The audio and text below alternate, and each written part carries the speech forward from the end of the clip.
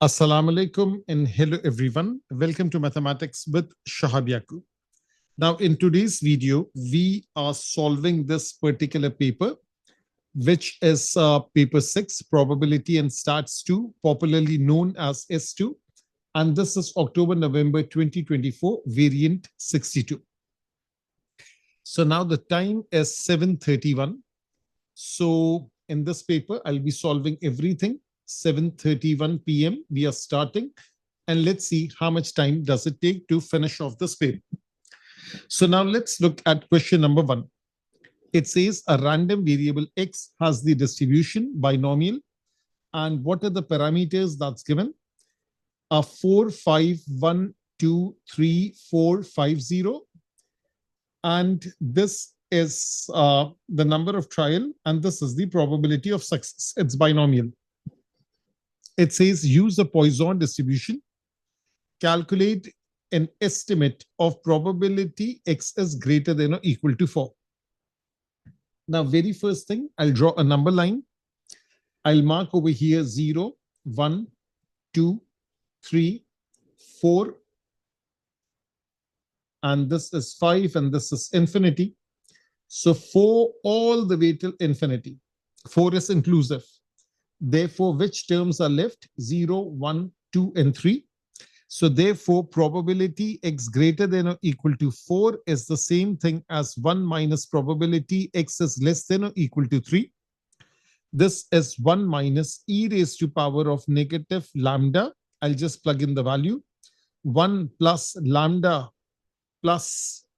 lambda square over 2 factorial and lambda cube over 3 factorial. That is what we are out to calculate. Now the question is, what is lambda? So for that, the approximation is used. We will say n is 4, 5, and 1, 2, 3, 4, 5 zeros. P is 1 over 1, 2, 3, 4, 5, 6. 1, 2, 3, 4, 5, 6. Let's evaluate NP. This comes out to be 4.5. So we have obtained the value of NP. Now justify it. Whether the examiner asks for it or not, justify it. So we would say since n is greater than or equal to 50 and NP is lesser than 5, therefore x now follows a Poisson distribution with this thing. This becomes the lambda. So this is 4.5. And then we are back to this calculation. So just plug in the value 4.5. This is 4.5. Let me make the marker a bit thicker. This is 4.5 square over 2 factorial, 4.5 cube over 3 factorial. Now evaluate the values. And I can do one extra step for you. It is better that you do it. So this is 1 minus e raised to power of negative 4.5. And over here, this is 1, this is 4.5, this becomes 10.125, this is 10.125, and 4.5 cube over 3 factorial. That is 15.1875, 15.1875. All these values are exact. And then when I simplify and do the subtraction, so this answer comes out to be 0.658, correct to 3 significant figure. And over here, if anyone wants to add an extra step, they can add that extra step also. How? They can write this thing 1 minus.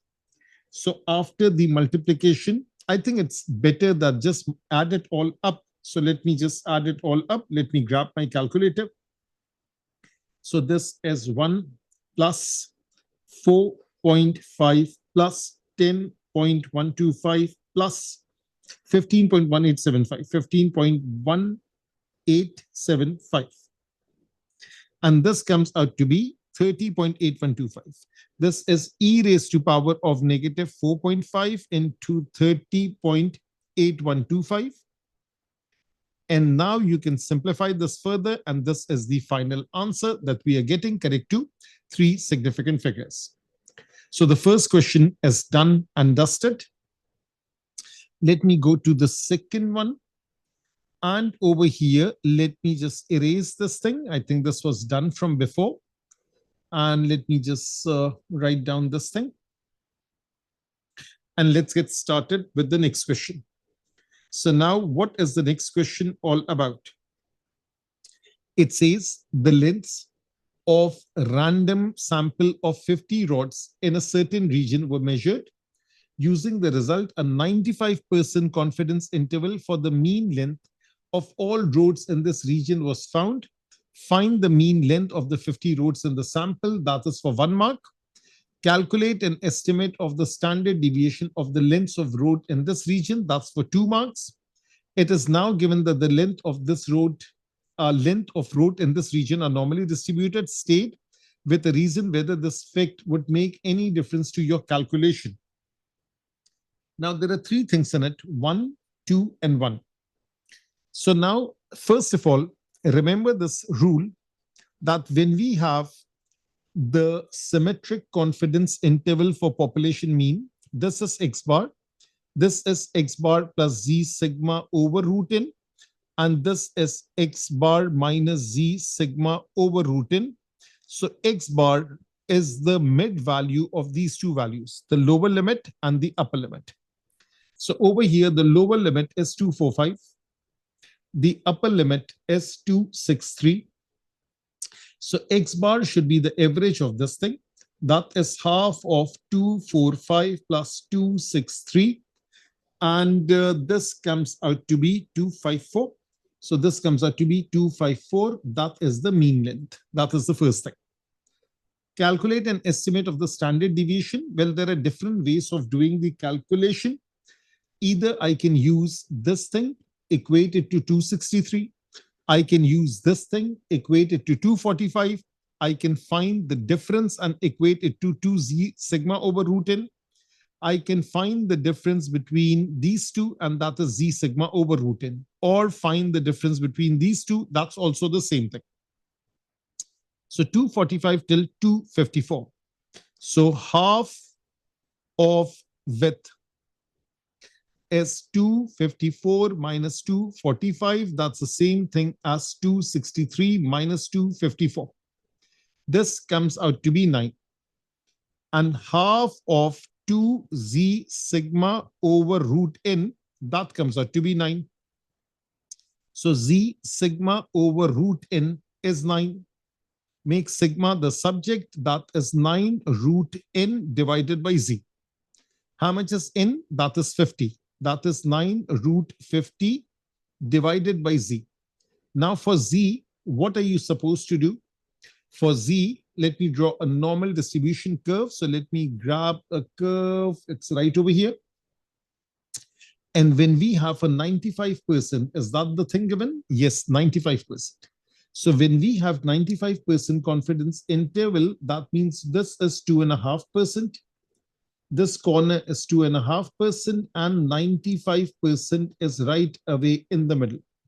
So the z value that we read, that is for 97.5%, that comes out to be 1.96. So therefore, the z that we plug in over here is 1.96. And then ST comes out to be 32.5. So let me write the answer. ST is 32.5 meters. And this is given correct to 3 significant figures. Now we got started with the question. We applied the formulas. We were taking care of z, but it does not state that it follows a normal distribution. So how come z sprang into action? The thing is, the number of sample is large. It is now given the length is normally distributed. State whether this fact would make any difference. So first of all, I should write no, it won't make any difference because of large sample size, which is n greater than or equal to 30. CLT, central limit theorem, was already applied. And because of this application, it became an approximate normal distribution. So that is what has happened over here. All good, all clear? So now let's look at question number 3. So first two questions are done and dusted. Now let me time myself. I think I started at 7:31. This is 7:40. So let me write over here. I took 9 minutes to finish off two questions. That is question number one and question number two. So now it's 7:40 or maybe 41 that I'm starting with. It says a factory owner models the number of employees, let me highlight this, who use the factory canteen on any day by the distribution binomial 25, P. In the past, the value of P was 0.8. A new menu is introduced and the owner wants to test whether the value of P has increased. So pause for a second and whatever information that you have read so far, just jot it down. So first thing, X follows a binomial distribution n, 0.8. That is what we are starting with. And then what else do we have? Do we have the sample value? Yes, we have the sample value. The sample value, that is 23 by default. This is considered inclusive. And then let me draw another circle over here. And in this circle, let me write H0 and H1 without them even asking. H0, probability of success is 0.8. H1, increase upper tail test greater than 0.8. And 10% significance level is what we are using. That is prescribed by the examiner. Let me underline further. On a randomly chosen day, he notes that the number of employees who use the canteen is 23. Use the binomial distribution to carry out the test at the 10% significance level for 5 marks. So these are the first two things that is written over here. Now, what is the next thing? So now the next thing is this thing, that the sample value is considered inclusive. Let me calculate the probability. So let me calculate the probability. What probability do you want to calculate? Since it's an upper tail test, so therefore calculate probability X is greater than or equal to 23.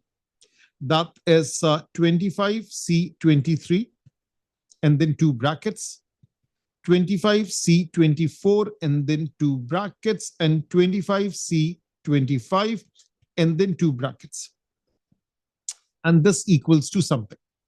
So therefore, this is 0.8, this is 0.8, 0.8, this is 0.2, 0.2, 0.2, 0.8 raised to power of 23, 24, 25, this is 2, this is 1, this is 0. Always a good idea to double check. And I can write down the individual probabilities. That is 0.070835, 0.070835. Let me write it.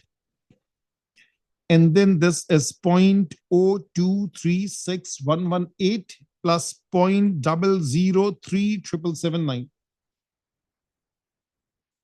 And when you add it up, this is 0.0982. So this is 0. Let's go back for a second.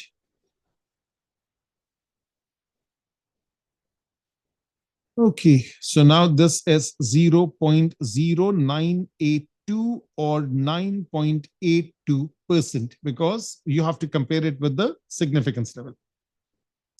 And now we are on the final thing, that is the conclusion. So let me highlight the conclusion over here.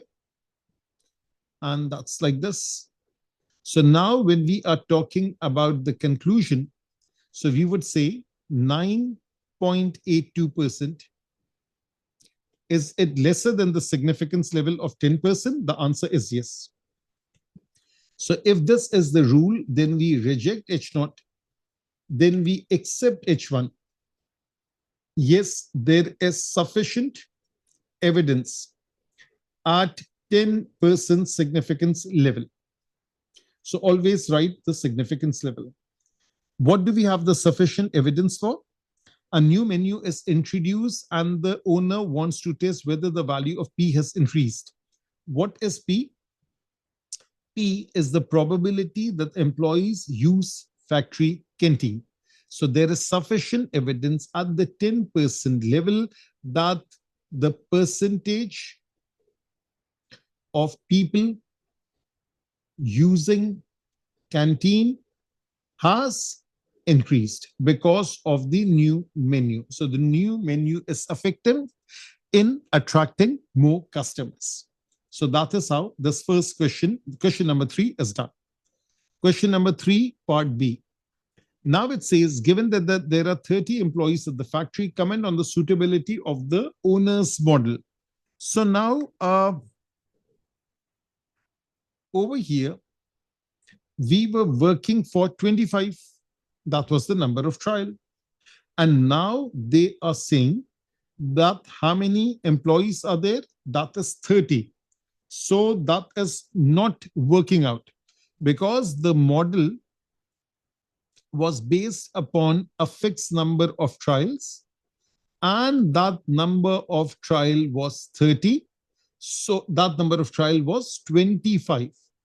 So 30 does not fit in this model. So that is the reasoning that you will give, that it's not a suitable model. Question number 4. Now it says a population. Let me just highlight this. So now let me highlight this. It says a population is normally distributed, mean 35, standard deviation 8.1. Random sample of size 140 is chosen from this population and the sample mean is denoted by X bar. Find probability X bar is greater than 36, 3 marks. It is given that probability X bar lesser than A is 0.986. Find the value of A. So that is 3 marks again, and it's a simple sampling question. So now, first of all, what do? We write the distribution of sample mean. So first of all, I'll write X bar follows a normal distribution, 35, 8.1 square divided by the number of sample, which is 140, and 140 goes over here. And over here, it was already written that it's following normal distribution. So that is the good part. And then it says we need the probability X bar. So probability X bar greater than 36.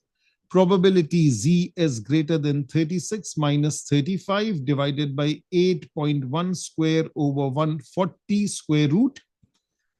Convert it into a Z value. Probability Z is greater than how much? 1.461. So this is rule number 2. That is 1 minus probability Z is lesser than 1.461. You read the value from the Z table, subtract it from 1, and this answer comes out to be 0.0720, correct to 3 significant figures. So that is a basic question. Part B, this is back solving. So now, first of all, do this thing. We have the P value. We want the Z value. What is the P value? 0.986. So this is a probability value. The corresponding value, if you go to your table, so that can either be written as 2.197, that is also correct, 2.198, that is also correct. All good? So now if I work with this value, it's just my choice because both are equally acceptable. So I'll write probability X bar lesser than A is 0.986. Probability Z is lesser than A minus what is mu? That is 35 divided by 8.1 square over 140. The whole thing square root is 0.986. Probability Z lesser than a positive value. This is already greater than 50%. So all set. And the Z value is this thing, which is calculated 2.198. So this is 2.198. So now take this thing over here, A minus 35 over this whole thing, equal it to 2.198. So let me simplify this. So A minus 35 is 2.198 into 8.1 over square root of 140. And then make A the subject. So A comes out to be 36.5. A comes out to be 36.5, correct to three significant figures. So that's how this question is done. So now two more questions are done. We started at 741 and we went to 750. Another 9 minutes. So 9 minutes, and then I'm done with question 3, question 4. So question 1 and 2, also 9 minutes. Question 3 and 4, also 9 minutes. I think that is a perfect timing. A machine puts sweets into bags at random. The number of lemon and orange. So let me choose two different colors. So red for lemon and blue for orange. Sweets in a bag that have independent Poisson distribution. So this is for orange and this one is for lemon. A bag of sweet is chosen at random. A bag of sweet. Now it says find the probability. Let me choose a different color. Find the probability that the number of lemon sweets in the bag is more than 2, but not more than 5. So this is Poisson. So first of all, we are just focusing on the lemon. So L follows a Poisson distribution with 3.7. Probability L lies between more than 2, greater than or equal to 3. And but not more than 5. That means at most 5 equal to 5. This is what we are calculating. So therefore, e raised to power of negative 3.7, 3.7 cube over 3 factorial. 3.7 power 4 over 4 factorial. 3.75 over 5 factorial. So now when I evaluate this thing, again, let me show you a little bit more detailed working. So therefore, this is 8.44217, 8.44217 plus 7.80900, 7.80900 plus 5.77866, 5.77866, bracket close, multiply with this. And then this comes out to be how much? 0.545. This is 0.545, correct to three significant figures. So very basic kind of a question. Find the probability the total of lemons and oranges, sweets in a bag is less than 4. So T is L plus O. Therefore, T follows a Poisson distribution, 3.7 and 2.6. That is 5.7 and 6.3. So therefore, this is 6.3. That is the next thing that we are working with. So this is question number 5. So this is 6.3 over here and then less than 4. So probability T is less than 4. 4 is not inclusive. Probability T is less than or equal to 3, which is e raised to power of negative 6.3. And then this is 1 plus 6.3 plus 6.3 square over 2 factorial. 6.3 cube over 3 factorial. Simplify this thing. And just like before, write down all the values. And the final answer is how much? 0.126, correct to three significant figures. So of course, calculator is very, very necessary. And this is statistics. So you need calculation for all these things. 5 is done. No, not done. The next part, 10 bags of sweets are chosen. 10 bags are chosen. Use an approximating distribution. Find the probability total number of lemon sweets in the 10 bags. It's about lemon sweets is less than total number of orange sweets in the 10 bags. So now what are they asking? So now this is about linear combination. So let me write X is equals to L1, L2 all the way till L10. Let me write over here Y equals to orange 1, orange 2 all the way till orange 10. So now X follows a normal distribution. First of all, you have to multiply it out. We know that L follows a Poisson distribution with how much? 3.7. Orange follows a Poisson distribution with what? 2.6. So if I'm talking about this thing, we know that expectation of X is lambda, so is variance of X. So 10 into 3.7, that is this thing. First of all, let me write like this. So X follows a Poisson distribution with 37. Y follows a Poisson distribution with 26, that is into 10 into 10.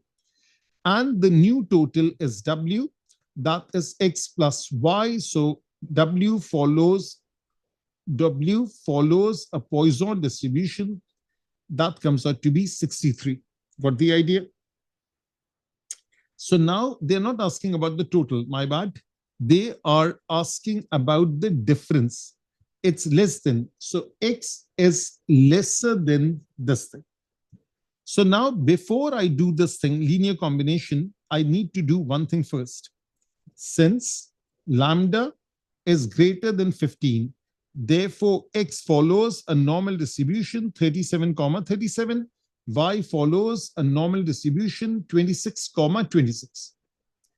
Because in Poisson, it can only be about the total or sum. That is about linear combination. So that is total or sum only as long as it's Poisson, But if they are talking about the difference, a very nice question, it has to be converted to normal. That is the logic. So now they are saying that 10 lemons, where does it say? So now over here, the total number of lemon sweets in 10 is less than total number of orange sweets in 10. So in other words, X is less than Y. X minus Y is less than 0. Let W is X minus Y. So W now follows a normal distribution, 37 minus 26. So therefore, its lemon is 37 and over here, it is 26. So therefore, this is 11. And the variances are added, that is 63. That is the first thing that I'm getting. Now, what else is there? So now we have to evaluate this probability. Let me just double check one thing. That is this thing over here. So it says total of this thing is less than total of orange sweets. Okay. So therefore, probability W is lesser than 0. Probability Z is lesser than 0 minus 11 over root 63. And then probability Z is lesser than a particular value. So therefore, this is 1.386. So this is 1.386. That is direct reading. So this comes out to be 0.0828, correct to 3 significant figures. So that's how this question is done and dusted. So yes, it was a nice question. And let me just focus on question 5 only. So we started at 750 and we finished off at 758. So this question took like 8 minutes. Of course, there were 3 parts and it was much lengthier than usual. So now let's move on. 759. So now it's 7:59. We are starting question 6 start. And let's say how much time would it take? I think around like maximum of 10 minutes. So now read the question first thoroughly. And over here, how many parts does it have? Let's have a good look. So now, first of all, it says the time X hours. So first of all, over here, it says the time X hours taken by a large number of people to complete a challenge is modeled by the PDF probability density function given as such and such. So this is the PDF given. And then it says A and B are constants. State what the constants A and B represent. Show that is the second part. Then it is given that expectation is this. Show that, another part. And then find the median of X. So 3 and 4, 7, 7 and 3, 10. 10 plus 1 is 11. So that means even if you take like 12 minutes or something, that is perfect. 11, 12 minutes, that is perfect because number of marks should equal number of minutes. So that is the standard. So now over here, Let me just do the working first. Let me grab a black marker. So now it's a PDF. That means I'm starting with part A. I'll come to the reasoning part later. So this is integrate the function. That is what are the limits? A and B. And 1 over x squared is x raised to power of -2 dx equal it to 1. So sum of probability should equal to 1. That is the logic that we are applying. So this is x raised to power of -2 plus 1 over -2 plus 1 between the limits a and b equals to 1. -1 over x between the limit a and b equals to 1. Now it's a rule of integration. If you take this minus common, you can change the positions of these two. So therefore, I can write 1 over x and a goes up, b goes down equals to 1. All good. And what else is there? So therefore, this is 1 over a minus 1 over b equals to 1. Now I need to draw a line somewhere in the middle, a better line. So now what I'll do is that I'll take LCM. It's AB over here. This is B minus A and B over AB, that is 1 over A. This comes out to be 1. B minus A is AB and we are making A the subject. So B is equals to A plus AB, that is A common 1 plus B is B. Therefore, A is B over 1 plus B, which is the same thing as B plus 1 in the denominator. So that is the first basic thing. Now, what the constants A and B represents, it's the time X hours to complete a challenge. That means the least time, the least number of hours needed to complete the challenge is A, and the greatest number of hours needed to complete the challenge is B. So this is number of hours. And you can also say that this is the minimum value, this is the maximum value. So that's how this thing is done. Let's go to now let's look at this part, which is about expectation of X. Now, what exactly is expectation of X? Expectation of X is whatever the full limits are, which in this case is A and B. There is fx, multiply it with fx first and then integrate. So for our purposes, expectation of X limits are A and B. This is X. This is 1 over x squared dx. So therefore, expectation of X is integration of 1 over x between the limits A and B. Therefore, this becomes ln x. Knowledge of P3 is assumed. This is A, this is B. This is ln of B minus ln of A. First the upper limit, then the lower limit. I went a step ahead. That is about using rules of log. Negative signs means division. So this is ln B over A. And what is expectation of X? That is ln of 3. So now let me draw a line in the middle and let me work it out. So over here, when I work it out, what do I get? I get B over A equals to 3. Now the knowledge is log y base A if it equals to log m base A. So if the bases are the same, y equals to m. So therefore, B over A is equals to 3. But what's the relation? A is B over 1 plus B. So B divided by B over 1 plus B equals to 3. B into 1 plus B over B equals to 3. So therefore, B cancels out. 1 plus B equals to 3. Therefore, what do you have? We have B equals to 2. So now B equals to 2, and now I'm interested in A. So therefore, A equals to B over 1 plus B, which is 2 over 1 plus 2, which comes out to be 2/3. The answers are already written over here. So that is how this part C is done and dusted. The next part, find the median of X. What is the concept of median? The concept of median is probability X lesser than the median value. I'm denoting it with M. this comes out to be 0.5. That means your lower limit will be a, upper limit will be m.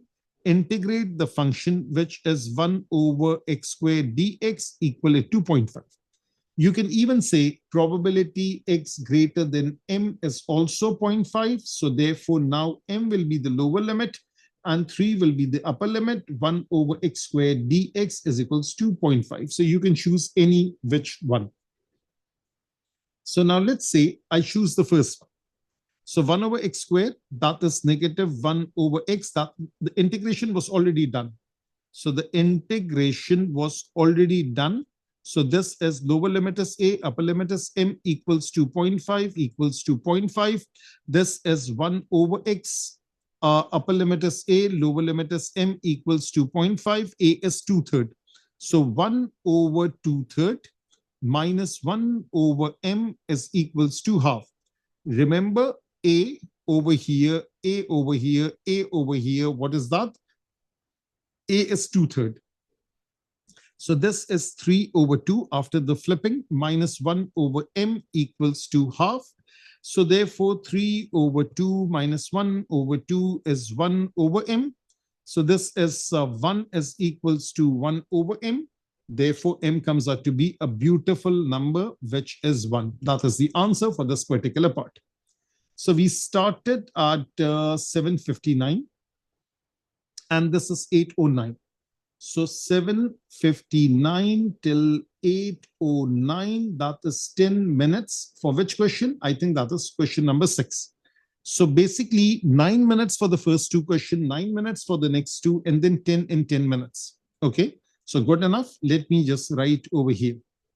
So question, just the brief thing, 1 and 2, that is 9 minutes. And then 3 and 4, that is 9 minutes. And then 5, 9 to 10 minutes. Let me write 10 minutes. Question number 6, that is 10 minutes. And let me write 7, predicted, that would be 12 to 13 minutes. So let me write on the higher side 13 minutes, and then we can do the adjustment. So 9 and 9 is 18. 18 plus 20 is 38. For simplicity, let me make it 12. So 38, 40, 50. So it should be done in 50 minutes plus minus 1 minute. I think that should be the timing. So now that's a very good timing. Now let me focus on question number 7. Now, what is question number 7? So now question number 7, it says the heights of 1-year-olds are 1-year-old trees. So these are not kids, they are trees of a certain variety. And let me just double check my WhatsApp if there is anything someone is asking. No, I think it's all good, all set. So it says the heights of 1-year-old trees of a certain variety are known to have a mean of 2.3. A scientist believes, so now this is about his belief or suspicion, that on average, trees of this age and variety in her region are slightly taller, upper tail test. She plans to carry out a hypothesis test at the 2% significance level in order to test her belief. State the probability that she will make a type 1 error.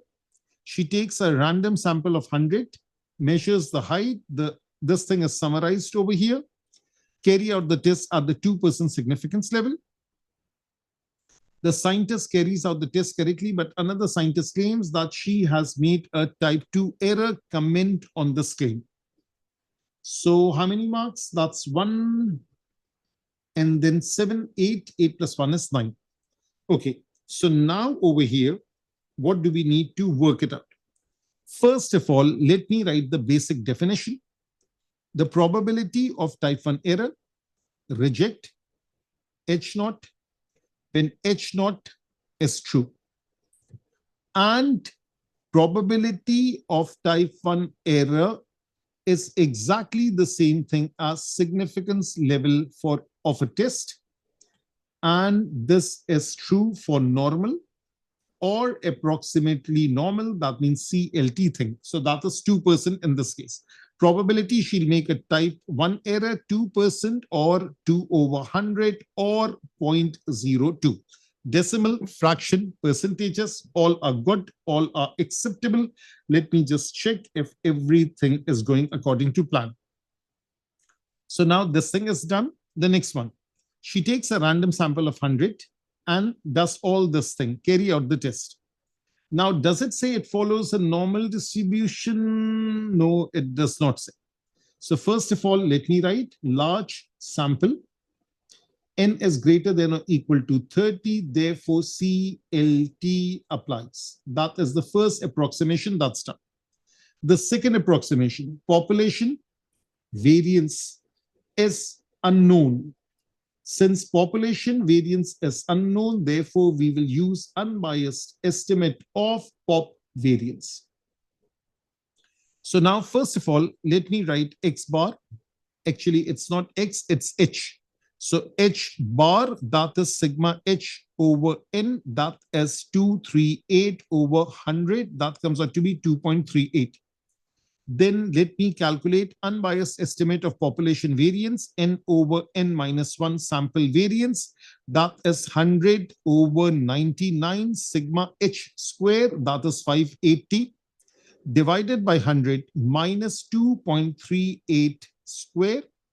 And let me simplify it using a calculator.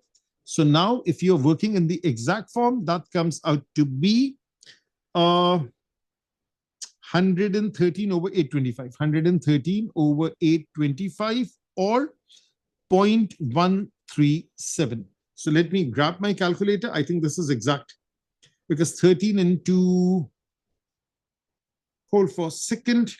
So that is 113 divided by 825, 1369, 1369, 1370. So this is 1370, that is 4 SF, and luckily it's becoming 0.137, correct to 3 significant figure. So now this thing is done. Now draw some boxes for your own convenience. The first box, and then let me draw another box. And then let me draw another box. And then another big box. And then let me grab a normal distribution curve. So now let me just do the working. First of all, the approximations were done. So let me highlight this. That was the first approximation. CLT applies because it's a large sample. The second approximation, population variance is unknown. Therefore, use unbiased estimate of population variance, which is over here. So first of all, we would write that X bar, you have to write the distribution of the sample mean. So therefore, X bar follows a normal distribution. What is the mean? The original mean is 2.3, comma, 0.1370, that is the variance. And this is divided by 100. So this is divided by 100. And let me write the sample value. The sample value is this thing, that is 2.38. So this is 2.38. So now instead of X, I should write an H. So let me just remove this. Hold for a second. Let me remove this thing. And over here, I can write H bar follows the normal distribution. The sample value is 2.38. So that is the sample value. All good. Now, the next thing, that is the null and alternative hypothesis. So H naught mu equals to 2.3. H1, I think it's an upper tail test. They are taller. Yes, H1 mu is greater than 2.3. And this is 2% significance level. So now let me go over here. Let me mark 2% over here, the corresponding Z value for 98%. You can double check. I think this is 2.054. So I remember it. Why don't you go ahead and check it? So this is 2.05. Then the third thing, that is the Z value is X bar minus mu. x bar minus mu sigma square over n under root. So this is 2.38 minus mu, that is 2.30 divided by 0.1370 over 100 square root. And let me do some calculation. This is coming out to be 2.162. This is 2.162. Now, does this value 2.162, does it lie inside the critical region? Yes, it does. So what's the conclusion? The conclusion is, first of all, write this. Z calculated value lies inside CR, critical region, RR, rejection region. Therefore, reject H0, accept H1. Yes, there is sufficient evidence at 2% significance level to accept the scientist belief. And what is the belief of the scientist? That trees in her area are slightly taller. So we have sufficient evidence to believe this. Now, in the examiner, in the mark scheme, they have written there is sufficient evidence to suggest that the mean height is greater. There is sufficient evidence to suggest that scientist's claim is justified, except the scientist's claim. Belief or claim, both are good. Except, or let me even use the word justified. So that is also good. And make sure that you focus on the percentage, that is the significance level. So all good, all clear. 7 marks, 1 marks, 8 marks are done. Now only 1 mark. The scientist carries out the test, but another scientist claims she has made a type 2 error. Again, a question related with the definition. Type 2 error. What is that? Accept H0 when H0 is false. And what is type 1 error? That is reject H0 when H0 is true.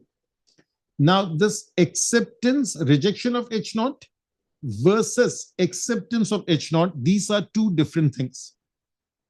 So if I draw a number line like this, that means if I mark, use a black marker, let's say there is a particular value and the rejection region is this thing and the acceptance region is this thing. And type 1 error is associated with rejection. Type 2 error is associated with acceptance. What was the conclusion of the test? That we have rejected H0. So since H0 is rejected, how can the scientist make a type 2 error? Got the idea? So H0 rejected, that means what kind of error will she commit? Type 1. H0 accepted, what kind of error will she commit? Type 2. So that is the simple logic that we apply. And now let's look at the time. The time was 8:09. This is 8:21, exactly 12 minutes. So 8:09 till 8:21, exactly 12 minutes for question number 7. That is what I thought of it to be. So 50 minutes is a great time to solve the paper, which is for 75 minutes. And with all the narration that I've done. Hope you enjoyed the lecture. Stay tuned for more content on mathematics with Shahab Yaqub.